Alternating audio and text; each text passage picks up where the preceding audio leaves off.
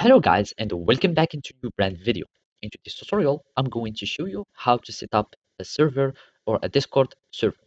So make sure you watch the video to the end and follow these simple steps. So first, you will need to create a server on Discord. So open up the Discord app and then go here down and click on add server. You can start from a template of Discord. So if it was a gaming server, you can start from a template or you can create your own from scratch. So here we can, for example, add this one and uh, gamers, and let's just name it whatever. And basically, it has already some channels, like this is clip and highlights and some templates. So basically, if you want to add more things on your channel or your server, you can just go here to the server boost or server settings, and from here we can start creating like shields, permissions, etc., or badges, kind of badges. And we go to server settings, and from here we will find the overview. You can give it an image. You can set up the permissions.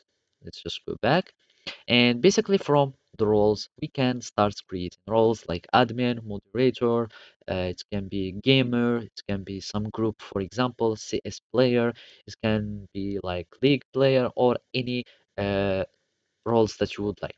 So basically, you click on create role, you add a new role, you give it a name, you give it a color, for example, how it will be showing, and of course, you can give it some kind of icon, but we need to have uh, this one like the server boost level 2, etc. And from here, you can give the permissions of the role.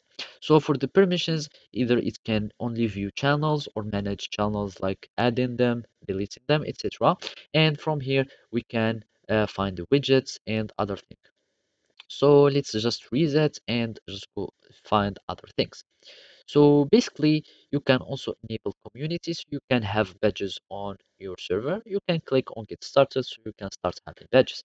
And you can also add some bots to your server, like going to Discord bot. You can go to Discord bot and search for bot services or providers like this one.